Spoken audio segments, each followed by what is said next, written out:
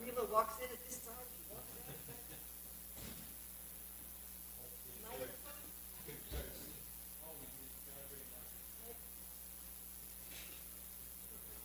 Otherwise, someone will write a message that I won't see until after the class that says,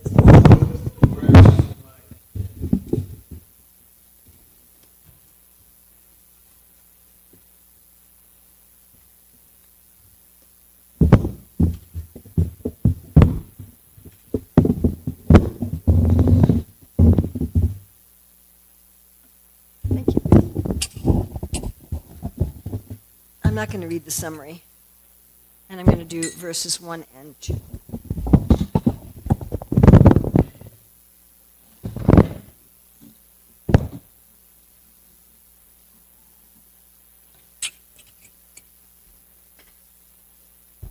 And I'm experimenting with a new device today, so see how that works.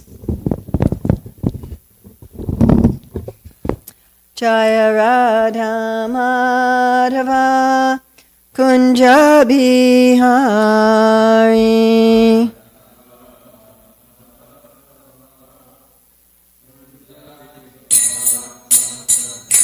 Jaya Radha Madhava Kunja Bihari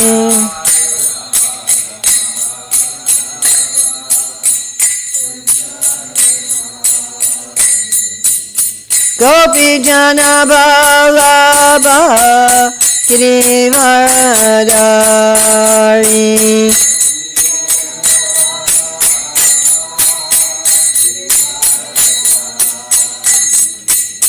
Gopi Jana Vallabha Girivardhari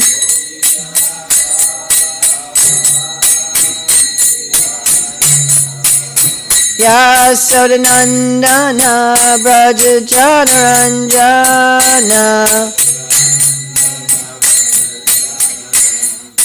Yasodanandana Braja Janaranjana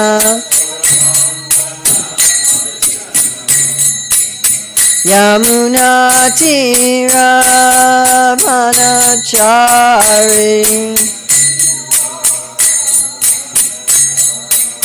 Yamunatiramanachari Jaya Radha Madhava Punjabihari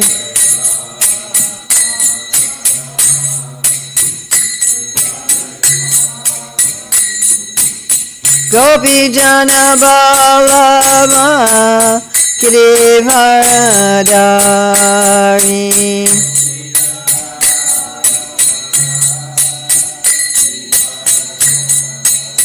Yasodanandana Braja Janaranjana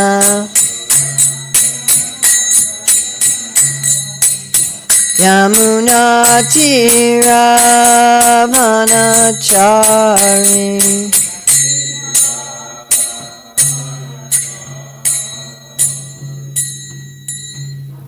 Jayam Vishnupad Paramahamsa Parvrajagacharya Asatara Satyashri Srimad His Divine Grace A.C. Bhaktivedanta Swami Maharaj Prabhupada Ki Jai ISKCON Founder Acharya Srila Prabhupada Ki Jai Anantakoti Vaishnava Vrinda Ki Jai Namacharya Srila Haridas Thakur Ki Jai Prem Shri Kaho Shri Krishna Chaitanya Prabhu Nityananda Shri Advaita Gadadhar Shri Vasadi Gaur Bhaktivinoda Ki Jai Shri Shri Radha Krishna Gopinath Shai Mukunda Radha Kunda Giri Govardhana Ki Jai Vrindavan Dham Ki Jai Mathura Dham Ki Jai Navadvip Mayapur Dham Ki Jai Jagannath Puri Dham Ki Jai Gangamaya Jamuna Devi Ki Jai Bhakti Devi Ki Jai Tulsi Maharani Ki Jai Samaveta Bhaktivinoda Ki Jai Gaur Premanande All glories to the assembled devotees. All glories to the assembled devotees. All glories to the assembled devotees. All glories to Sri Guru and Gauranga. All glories to Srila Prabhupada. Nama Om Vishnupadaya Vishnu Prastaya Bhutale Srimate Bhaktivedanta Swami Niti Namane. Namaste Sarasvati Deve Gauravani Pacharane Nirvisesa Sanyavadi Paskachya Desatarane. Vandeham Shri Guru Shri Yuta Padakamalam Shri Gurun Vaishnavamscha Shri Rupam Sagrajatam Sahagana Raghunatham Vitam Tam Sajivam Sadvaitam Sadvadutam Padijana Sahita Krishna Chaitanya Devam Shri Radha Krishna Padam Sahagana Lalita Shri Vishakam Vitamscha Vanchakapati Vishcha Kripasinduya Vachapati Janam Pavanebhyo Vaishnavi Namo Namah. Om Namo Bhagavate Vasudevaya. Om Namo Bhagavate Vasudevaya. Om Namo Bhagavate Vasudevaya. So it's March 31st, 2025 in New Goloka, Hillsborough, North Carolina. We're reading from Srimad Bhagavatam, Canto 10, Chapter 61. We're going to read verses 1 and 2. So starting with 1. Sri Sukha Uvacha Ekaikasta Krishnasya Putrandasa Dasa Balaha Ajijanan Anavamam Pitu Sarvata Sampada. Please chant. Sri Sukha Uvacha Ekaikasasta Krishnasya Putrandasa Dasa Balaha Ajijanam Manavamam Pitu Sarvatma Sampada. Shri Sukha Uvacha Kaikastasta Krishnasya Putram Dasa Dasa Balaha Ajijanam manavamam Pitu sarvatma sampada Sri Sukha Uvacha Ekaikasascha Krishnasya Putram dasa dasa balaha Tanam Pitu sarvatma sampada Shri Sukha Uvacha Ekaikasascha Krishnasya Putram dasa dasa balaha Ajijanam manavamam Pitu sarvata sampada Sri Sukha Uvacha. Sri Sukadev Goswami said, Eka ekasaha, each one of them, taha, they, Krishnasya, of Lord Krishna, putran, sons, dasha dasha, 10 each, abalaha, the wives. By the way, that's an interesting word. Bala means strength. Abala means without strength. So just like sometimes they say that women are the weaker sex. So this abala is like that. Ajijanam gave birth to. Anavaman, not inferior. Pituhu, to their father. Sarva, in all. Atma, his personal. Sampada, opulences.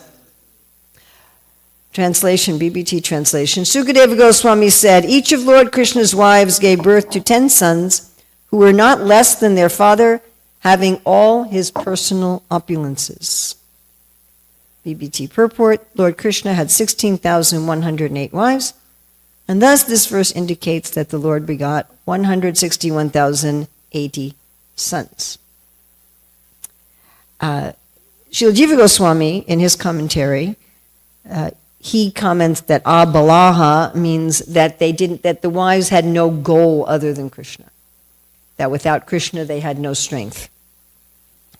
And we've talked before about the reverential devotion of Krishna's sons and younger brothers.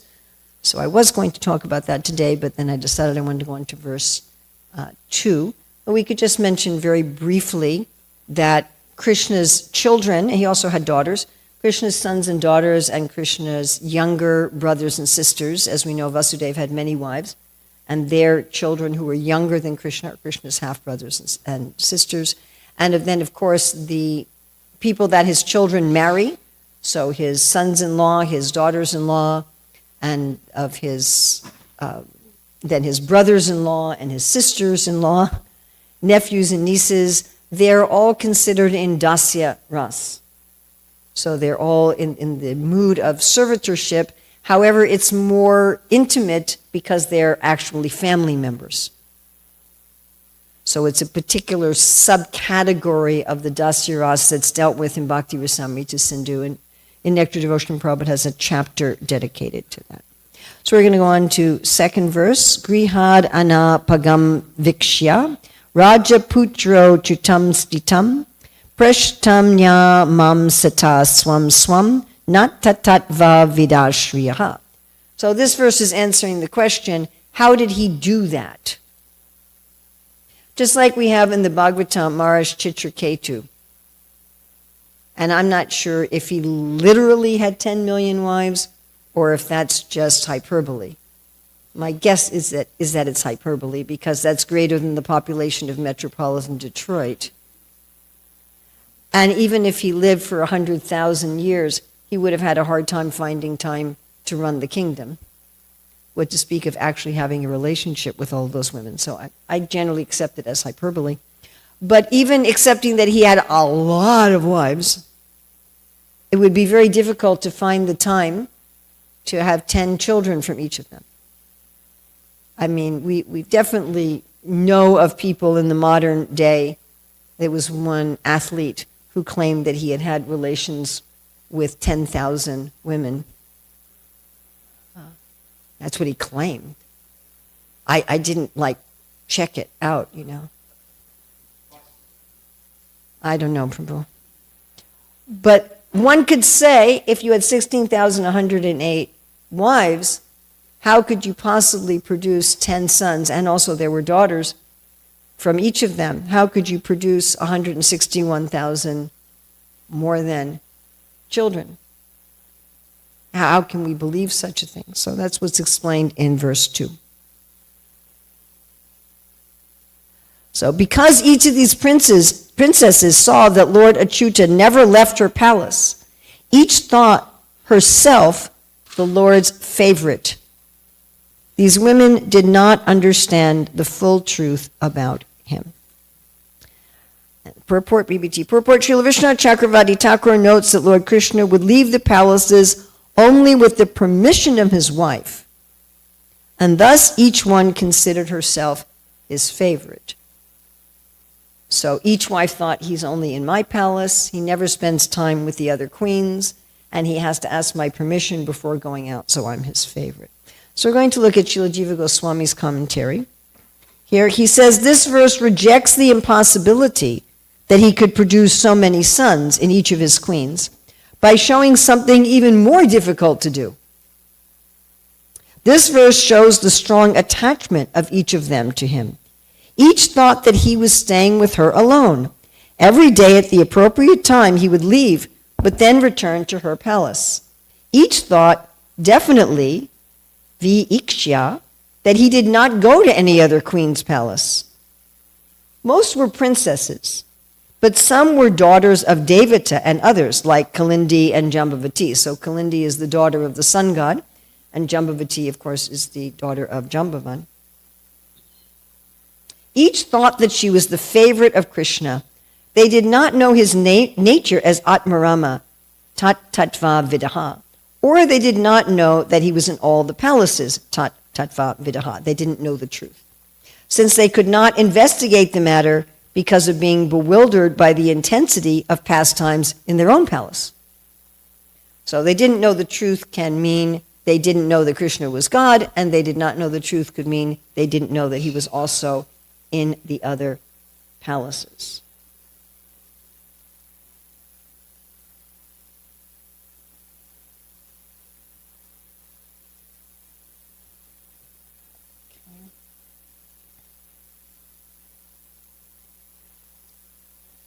As I say, I'm playing with a new document and I'm just seeing how things work here. Okay.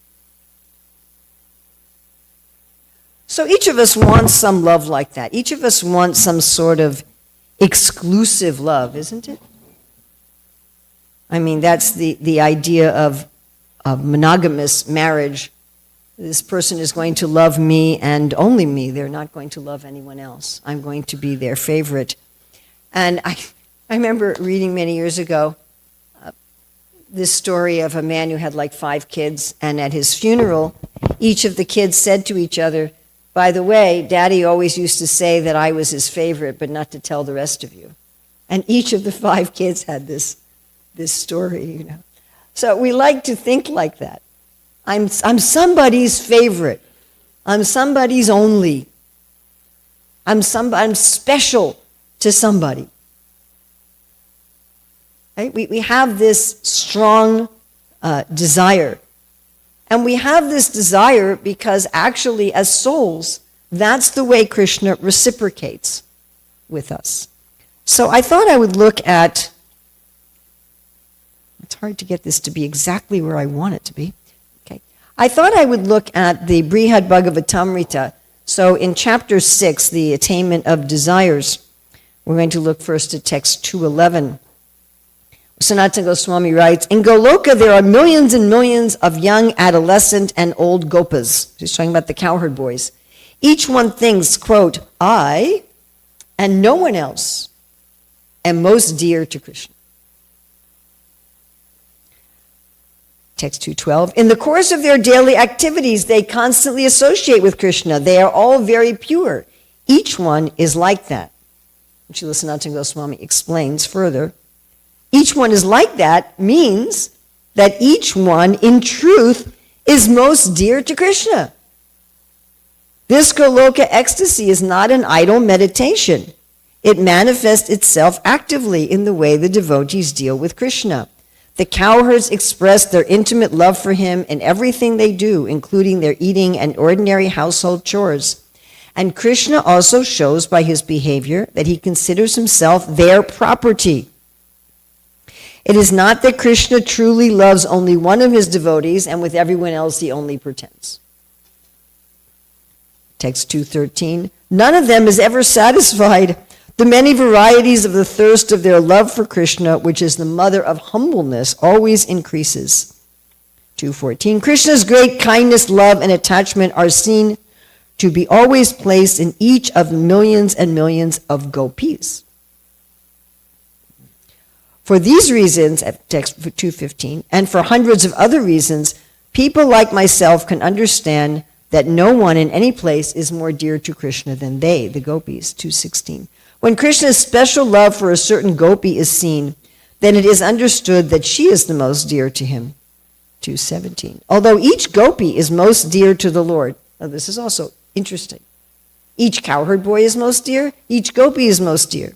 And although they all experience the many blisses of enjoying pastimes with him, the gopis do not think that the Lord loves them.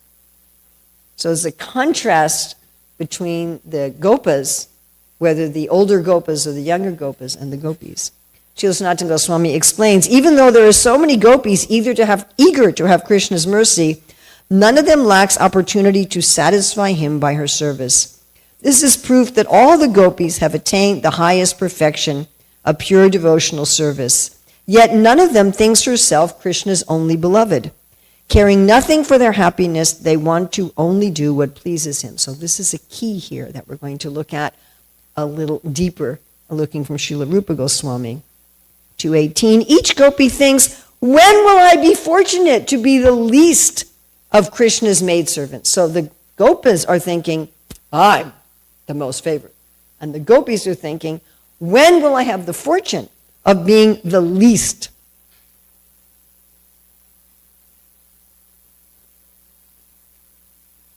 So Srila Sanatana Goswami comments, the ambition of every young gopi in Goloka is to someday gain the good fortune to be allowed to enter Krishna's service even in the lowest position.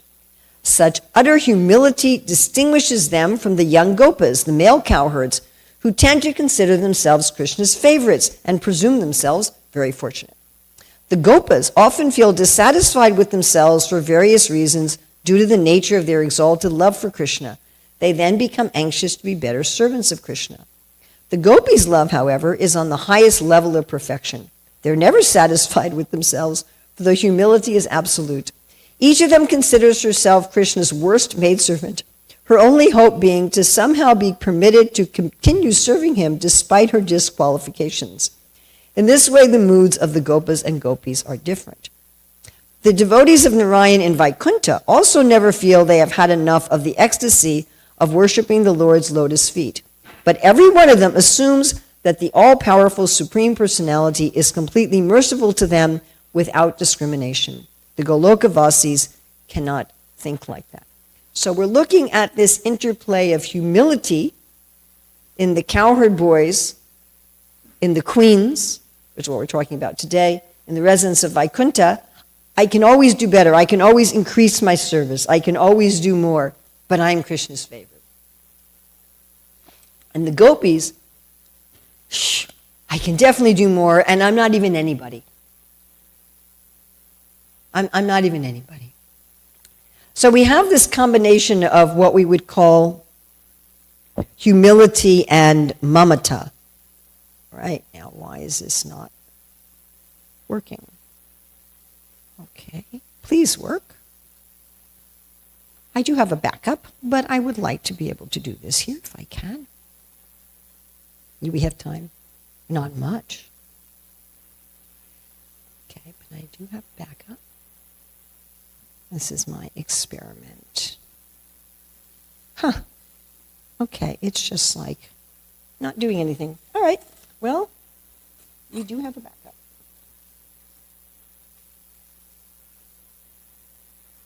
And thank you for your patience here, because I did all kinds of cool things, and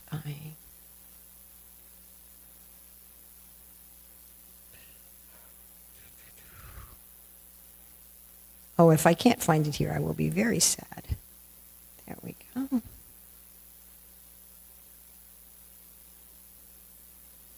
That I can read more of the commentaries. Okay.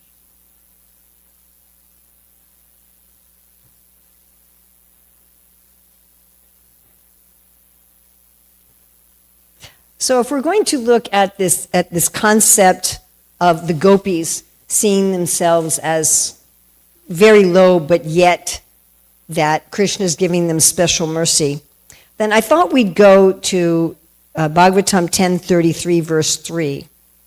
And you're all familiar with this already. This is the rasa dance where Krishna is between each gopi. And it says here in the purport by Srila Vishwanath Chakravarti Thakur that the gopis were unable to understand that Krishna had expanded himself so he could personally dance with each one of them. Each gopi saw only one manifestation of Krishna. The demigods could see all his different manifestations. By the way, we have a similar thing that happens when Lord Chaitanya dances at the Rath Yatra, right? So he's dancing in 7 groups, and each group thinks he's only dancing in my group, but Maharaj Pragyaparutra and a few other devotees could see, oh, there's 7 Lord Chaitanyas. Now, why do the gopis have this special sense? What is this special thing that's happening that's not happening with the cowherd boys and not even happening with the queens, where they have this concept that Krishna's only with me, but they don't have this sense that I am Krishna's favorite? So to look at this, we can turn to Ujjwala Nilamani. This is in chapter 14. It's text 43 to 58. I'm not going to read all of the verses because of time. I'm going to skip the examples. Srila Rupa Goswami gives examples from the Bhagavatam. But he talks about 3 kinds of rati. He talks about sadarani, samanjasa, and samartha. By the way, one of the examples that he gives is tomorrow's verse, of how the queens have samanjasa, but not samartha. So he says, these ratis are like a jewel, a chintamani, and a kaustuba. So Kubja's love, which is sadarani, is like a jewel.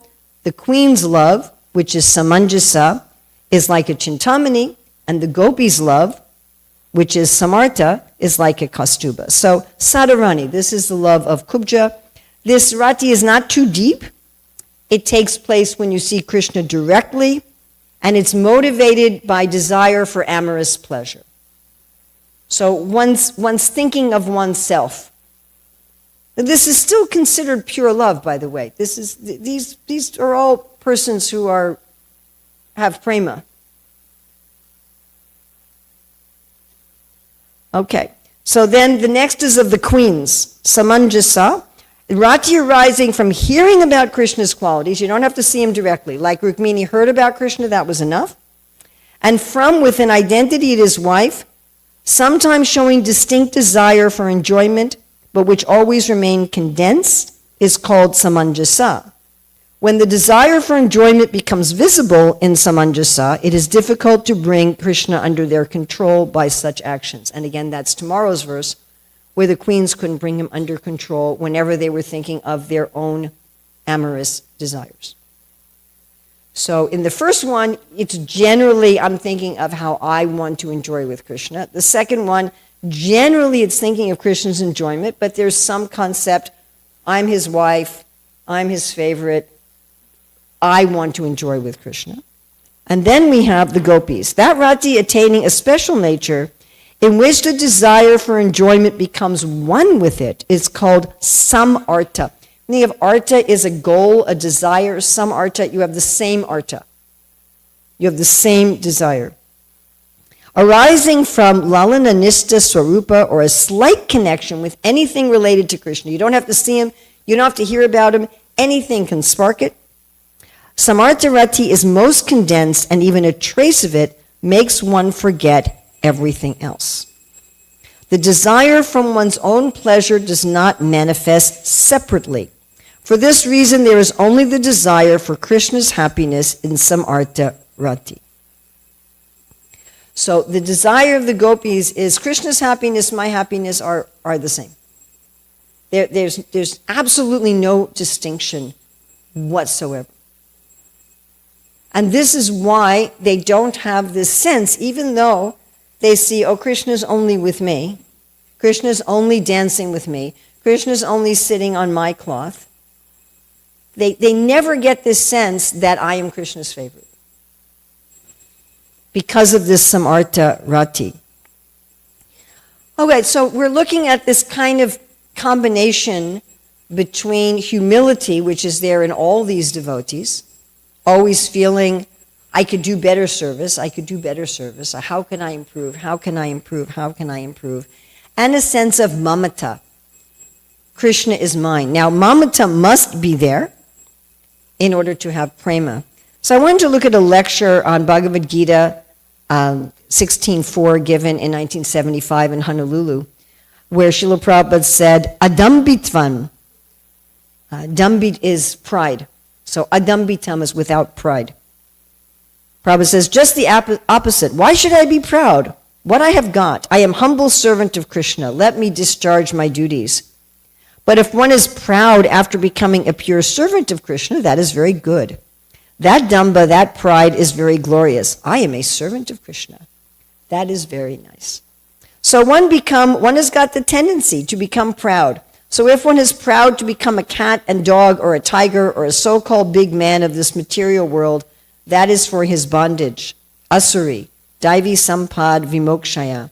And that is Daivi. If you become proud in Daivi Sampad, if you become proud by becoming the most confidential servant of Krishna, the same pride is for your liberation. And if you become proud that I am minister or I am this big dog, that is nibandhya, your bondage. You continue material life. By your spiritual pride, of course, we must be proud after being situated on the spiritual platform. Otherwise, that is also ignorance. So these two things are there, Daivi Sampad and Asuri Sampad. Asuri Sampad means more and more entanglement and bondage within this material world, and Daivi Sampad means your freedom from this material world. So what is this Daivi Sampad? What is this proper pride? This is this mamata, this sense that Krishna is my possession. And this is nicely explained in Madhya 23:8. Ananya mamata Vishnu. Mamata, you have the word mamata there twice. Prema sangata, bhaktir ichuchite bhishma praladavada naradi. When one develops an unflinching sense of ownership or possessiveness in relationship to Lord Vishnu, or in other words, when one thinks Vishnu and no one else to be the only object of love, such an awakening is called bhakti by persons like Bhishma, Prahlad, Uddhava, and Narada. And this also is in the Bhakti Rasamrita Sindhu 1.4.2. So 1 is the Eastern Ocean, 4 is the section about prema. It's chapter 19 in the Nectar Devotion. And verse 2 is the definition of prema. So one which Jadharani so nicely talked about the other day. One sense of mamata, Krishna is mine. Krishna is mine. So to replace I and mine, instead of, I am a this, I am a that, and these possessions are mine, with I am Krishna's servant and Krishna is my God, Krishna is my master, Krishna is like that. Krishna's sons are seeing Krishna is my master, Krishna is my friend, Krishna is my child, Krishna is my beloved. So these queens have this mamata, Krishna is my husband. And he's my husband. I know he has 16,107 other wives, but I'm so absorbed with my activities, as Srila Jiva Goswami was saying, that are happening in my own palace, that I forget that he has 10, 11, 12 children with each of the other wives. He must be hanging out with them, right? He must be spending time with them. And this is the explanation. How could he have so many children with so many wives? Because he's expanding himself. So each queen must know, logically speaking, that Krishna is spending time with the other queens. But her experience is, he's just with me. Before he goes to work, he's with me. After he comes back from work, he's with me.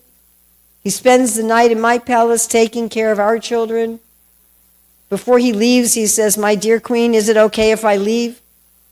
I have to give him permission. How attached he is to me. He's mine. Srila Prabhupada talks about how the devotee becomes free from possessiveness by having the concept that I possess Krishna. He says you can't be free of all possessions. We're not going to, nirvisesa shunyavadi paskatya deshatarani. We're not trying to get rid of everything. It's interesting, we're not even trying to get rid ultimately of pride. But we're trying to reawaken our natural situation of I and mine. I am Krishna's servant and Krishna is my whatever, according to our particular relationship. So this is a mentality that we can start to cultivate in some level, in some degree, even as sadhakas. I am Krishna's servant. How do we want to transform everything we do?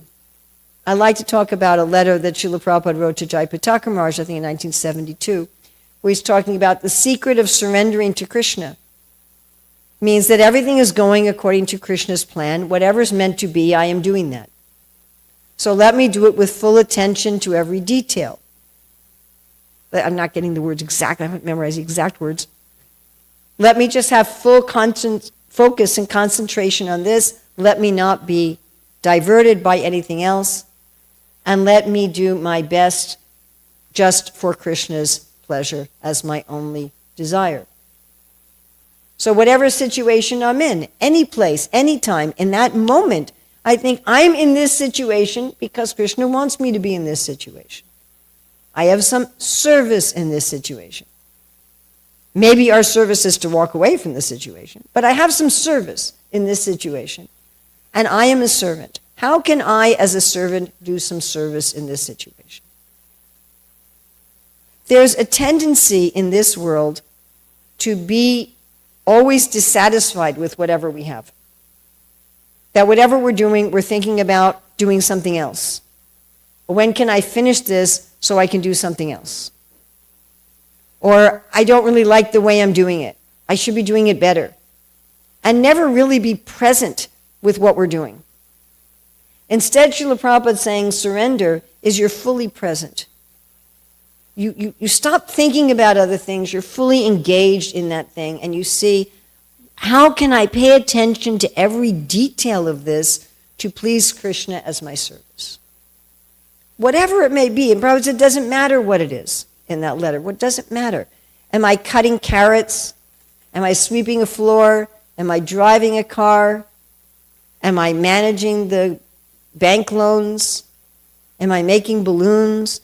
It doesn't matter what the details of it are. Am I brushing my teeth? How can I do this for Krishna's pleasure? How can I do this for my identity of Jivera Swarupaya Krishnera Nityadasa, that I am a servant? I was talking to one devotee the other day who was saying, he was asking me for a consultation, a career dharma consultation. He was saying, I don't like what I'm doing. I really want to do something else. I guess I have to wait till my kids grow up so I can do that. And I thought, that's not the way to live. I'll be happy in the future. I'll be happy in the future. I'll be happy in the future. Actually, the future is the most illusory of the three phases of time. Because there's no such thing as the future in one sense. It's never the future. The past has actually happened and we're in the present, but the future never happens. It's always the present. Bhaktivinoda Thakur says, forget the past that sleeps and ne'er the future dream at all, but bear with times that are with thee in progress thee shall call. How? Forget the past that sleeps and ne'er the future dream at all, but bear with times that are with thee and progress thee shall call. Now that I have actually memorized all the specific words.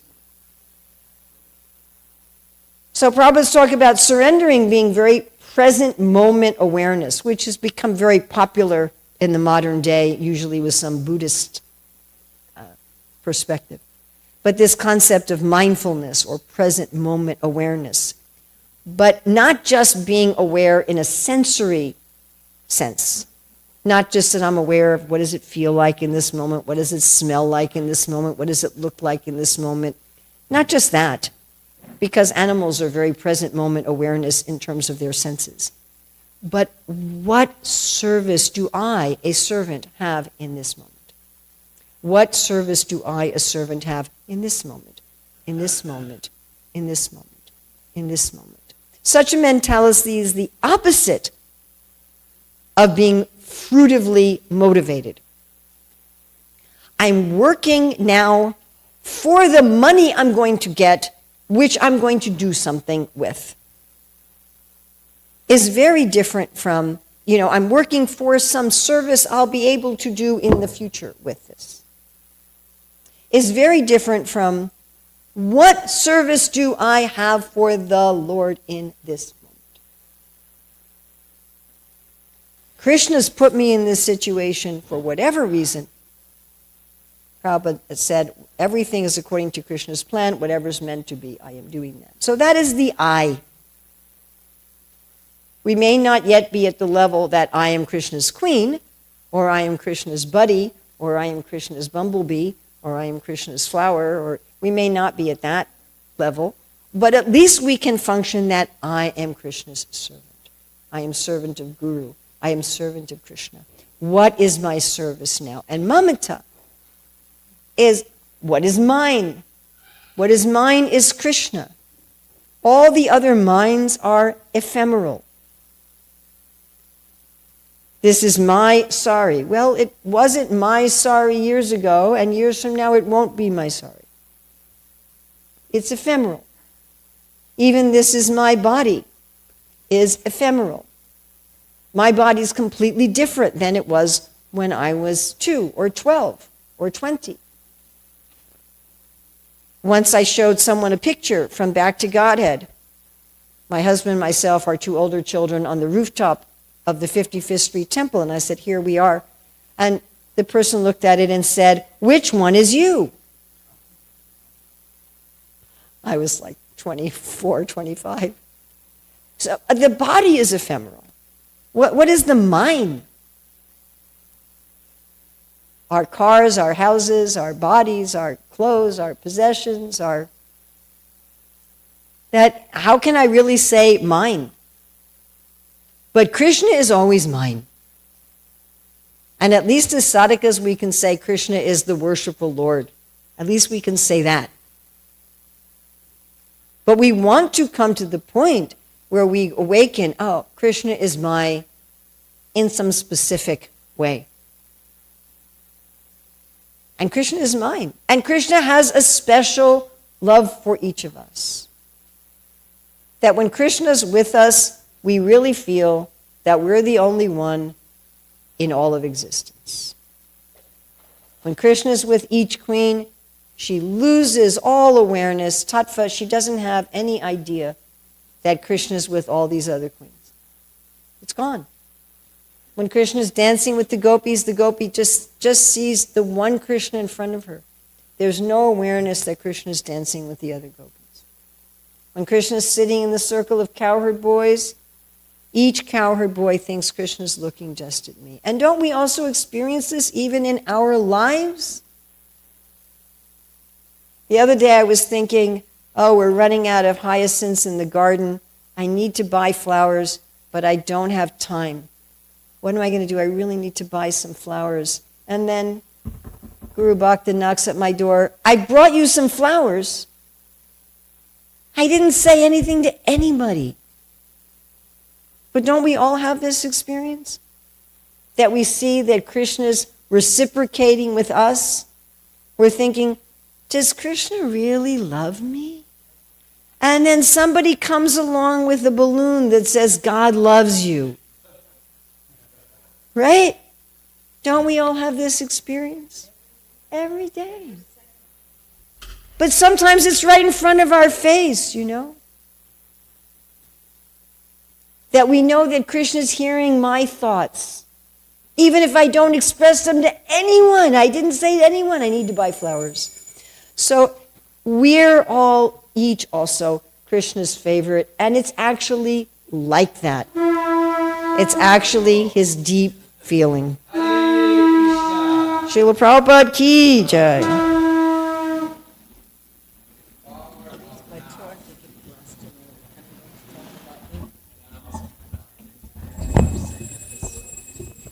What are the implications for what is the self-awareness we must to be able to function that way?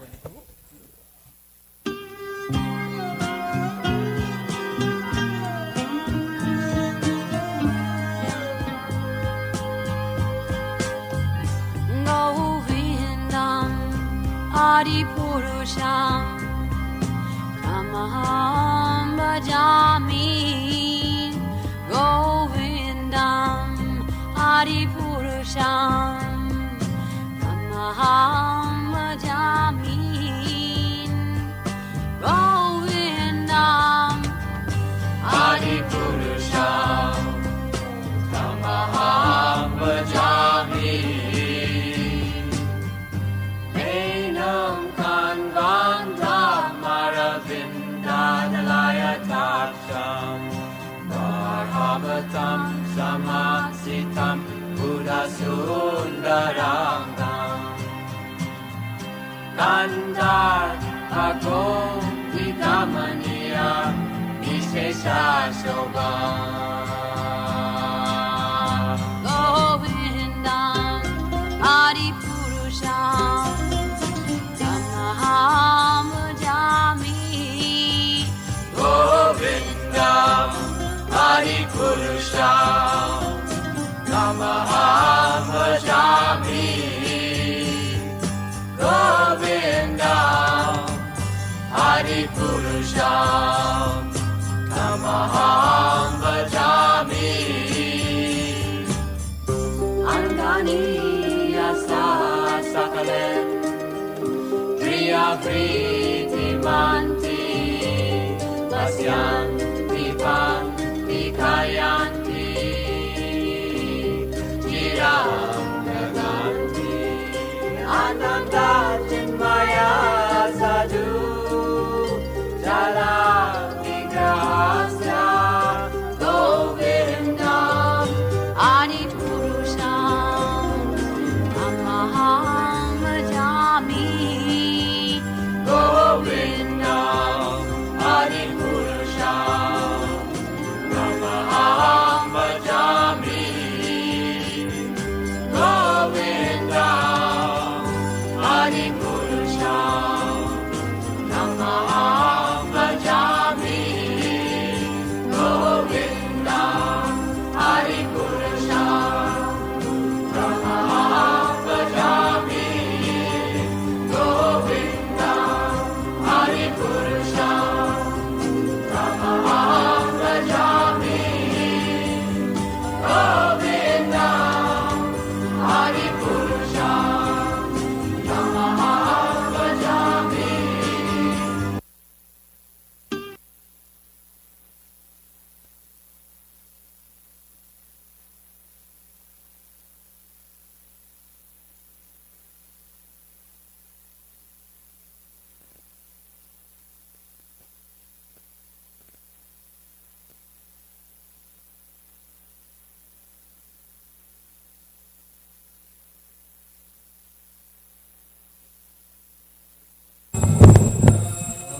Yasomati Nandana Brajabaranagara Gokula Ranjana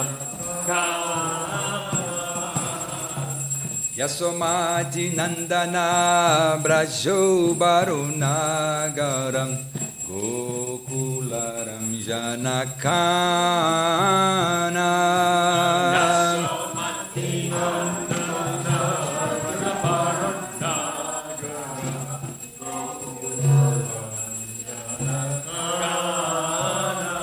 Gopi Paranadana Madana Manoharo Ayo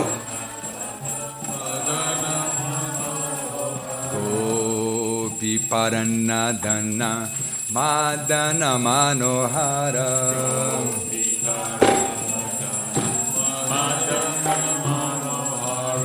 Kalyadamo Navidana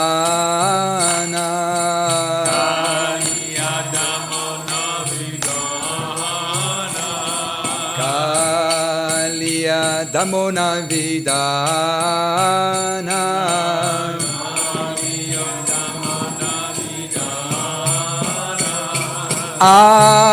Amalaharina Mamiya Vilasa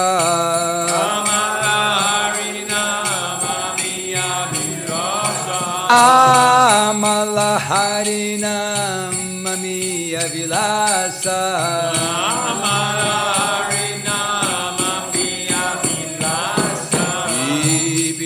Purandara Navina Nagara Bora Bansi Vadana Subhasa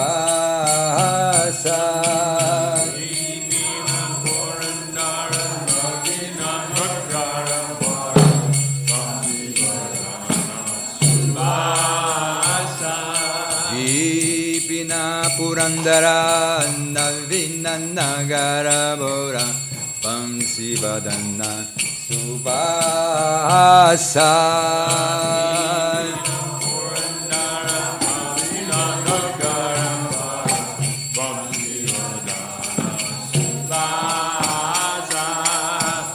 Brajajana Palana Surakulana Shana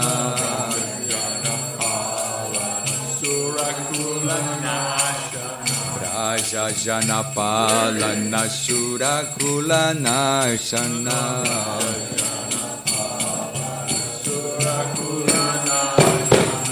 Nanda Godanara Koala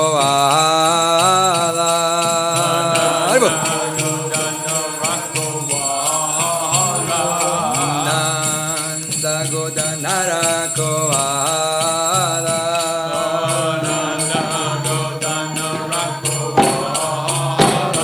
Govinda Madhava Navanita Taskara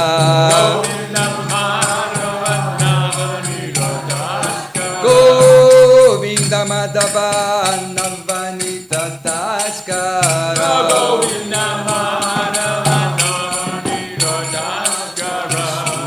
Sundarananda Gopala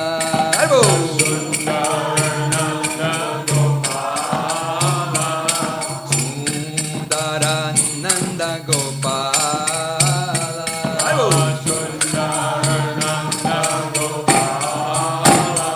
Ramna Tatachara Gopi Vasanara Rasa Rasika Kripa Moya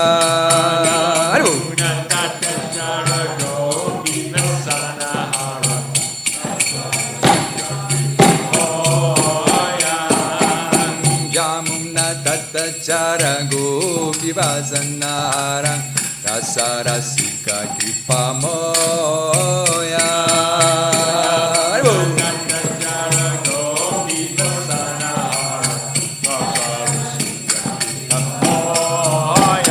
Sri Radha Vallabha Vrindavana Nattabara Sri Radha Vallabha Vrindavana Nattabara Bhagati Vinoda Sraya Bhagati Vinoda Sraya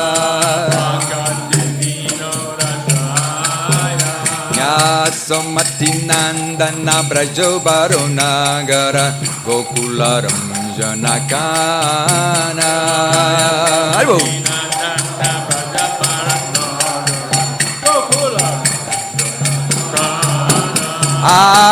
Amalaharina Mamiya Vilasa.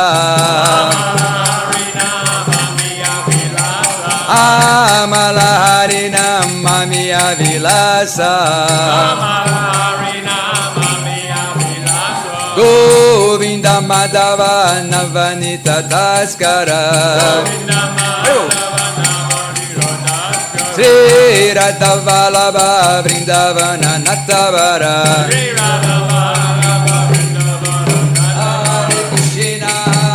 Hare Krishna, Krishna Krishna, Hare Hare, Hare Rama, Rama Rama, Hare Hare, Hare.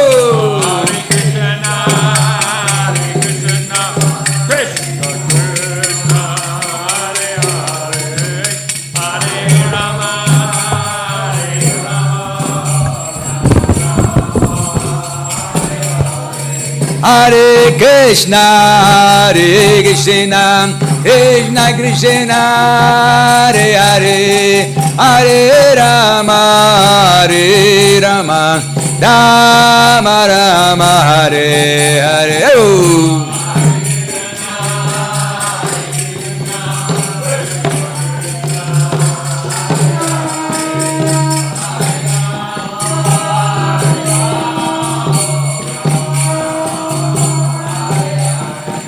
Hare Krishna,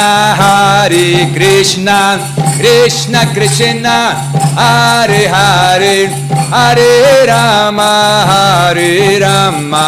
Rama Rama, Hare Hare. Hare Bol.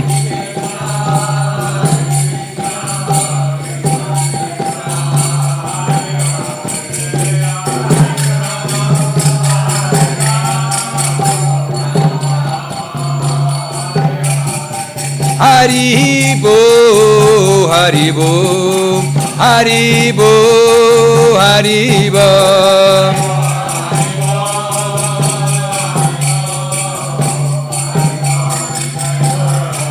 Jayo Radha Golokananda Radha Golokananda Radhi.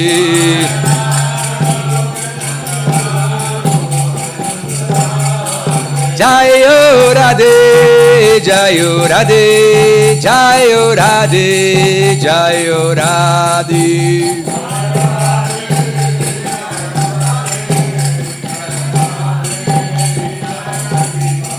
Jaya Giri Govardhan, Jaya Giri Govardhan, Jaya Giri Govardhan, Jaya Sri Vrindavadam.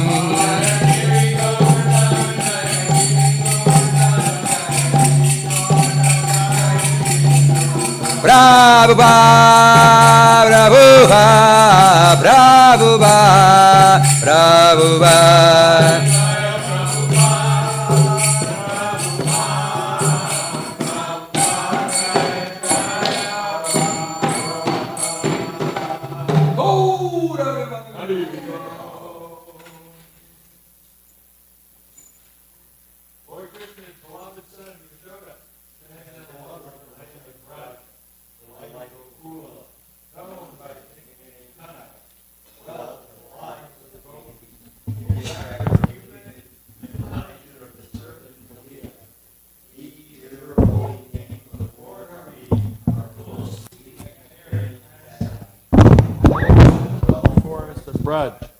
Ever useful,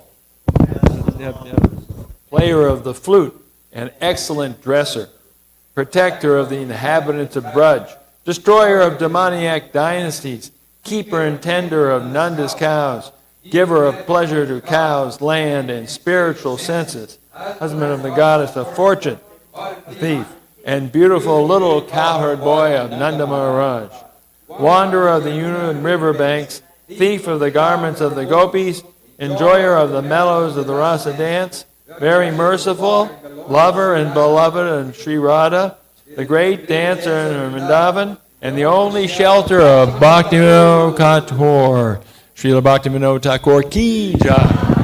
Chaito Darpana Marjanam Bhavamahadavagni Nirvapanam Shreya Kairavya Chandrika Vitaranam Vijavadu Jivanam Anandam Buddhi Vardhanam Pratipanam Smaranam Sarvasamanam Arvidayate Sri Krishna Sankirtanam Nam Namakari Bahudan Nija Sarva Shaktis Tatra Pitani Amita Smarane Nakala Etad Drishita Vakripa Bhagavan Mamapi Durdaiva Midrishami Hadjani Nanuraga Trinada Pisunichena Tarora Pisuhishuna Amani Namana Dena Kirtaniya Sadahari Nadanam Najanam Nasundarim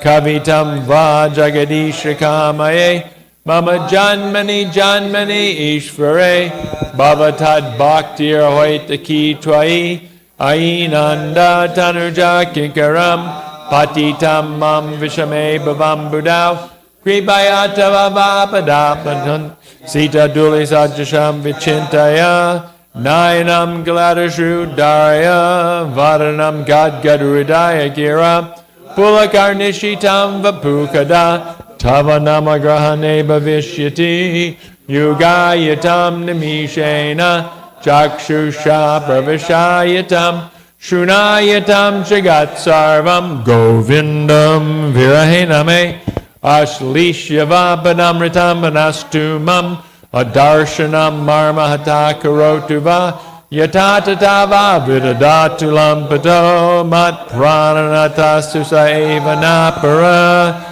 Victory to the Sri Krishna Sankirtan, which cleanses the heart of all the dust accumulated for years and extinguishes the fire of conditional life, of repeated birth and death. This Sankirtan movement is the prime benediction for humanity at large because it spreads the rays of the benediction. It is the life of all transcendental knowledge. It increases the ocean of transcendental bliss and enables us to fully taste the nectar for which we are always anxious. Oh, my Lord, congregational chanting of your holy name alone can render all benediction for living beings. And thus you have hundreds and millions of names like Krishna and Govinda. In these transcendental names, you've all your transcendental energies. There are not even hard and fast rules for chanting these names. Oh, my Lord, out of kindness you enable us to easily approach you by your holy names, but I am so unfortunate that I have no attraction for them. One should chant the holy name of the Lord in a humble state of mind, thinking oneself lower than the straw on the street. One should be more tolerant than a tree, devoid of all sense of false prestige, and should be ready to offer all respects to others. In such a state of mind, one can chant the holy name of the Lord constantly. O Almighty Lord, I have no desire to accumulate wealth, nor do I desire beautiful women, nor do I want any number of followers. I only want your causeless devotional service, birth after birth. O Son of Maharaj Nanda Krishna, I am your eternal servitor. Yet somehow or other I have fallen into the ocean of birth and death. Please pick me up from this ocean of death and place me as one of the atoms at your lotus feet. Oh, my Lord, when will my eyes be decorated with tears of love flowing constantly when I chant your holy name? When will my voice choke up? And when will the hairs of my body stand on end at the recitation of your name? Oh, Govinda, feeling your separation, I'm considering a moment to be like 12 years or more. Tears are flowing from my eyes like torrents of rain, and I become all vacant in the world. Oh, I think, Lord, he handles me roughly by his embrace, or makes me broken-hearted by not being present before me. He is completely free to do anything, everything, for he's always my worshipful Lord.